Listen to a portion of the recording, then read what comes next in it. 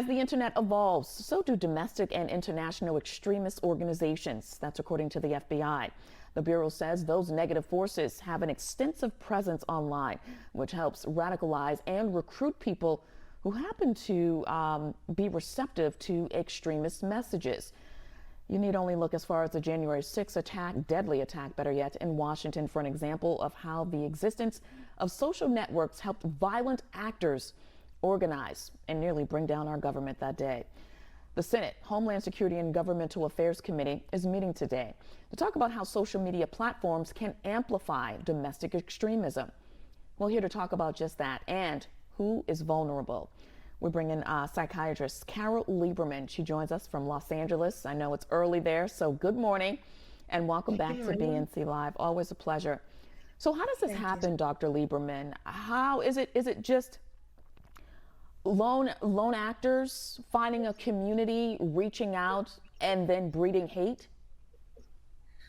Well, yes. A lot of the people who are vulnerable to what they see and read on the internet, are lonely. Some have psychological problems and so on. But, what's going on now is really a very slippery slope in terms of what the government is, deciding on and talking with big tech.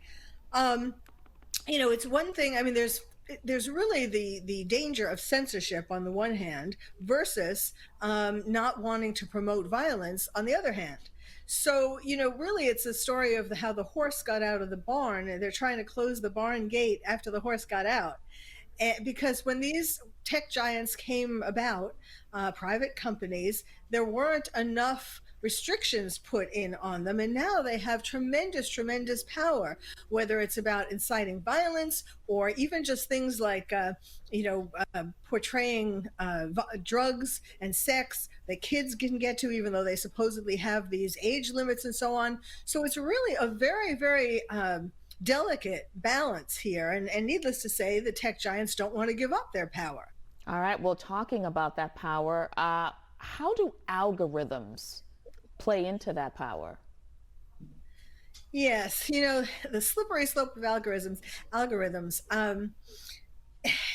They are supposed to be looking for things, posts that have certain words or certain concepts, and that is supposed to be the attention is supposed to be drawn to people who are watching them. But there are so many people posting on these different platforms, it gets to be really difficult to monitor everybody.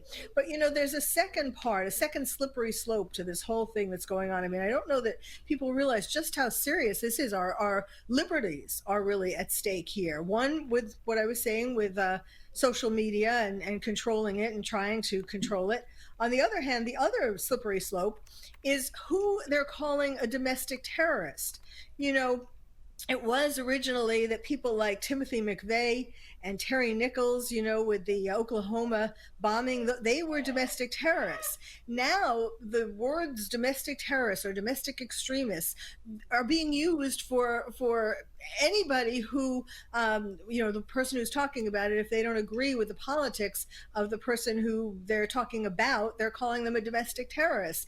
And the most recent horrible example of that is parents who are being called domestic terrorists if they disagree, if they dare to complain at a school board meeting. Now, Dr. Lieberman, you're talking about other Americans calling other parents, or other parents, better yet, calling parents domestic terrorists.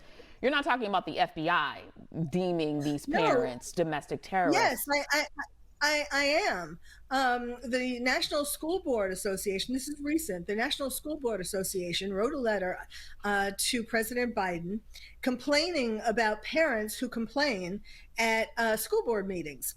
And Biden sent a letter to the FBI, who sent a letter to other enforcement agencies. And this is also part of Attorney General Garland testifying on Capitol Hill. Yes, exactly.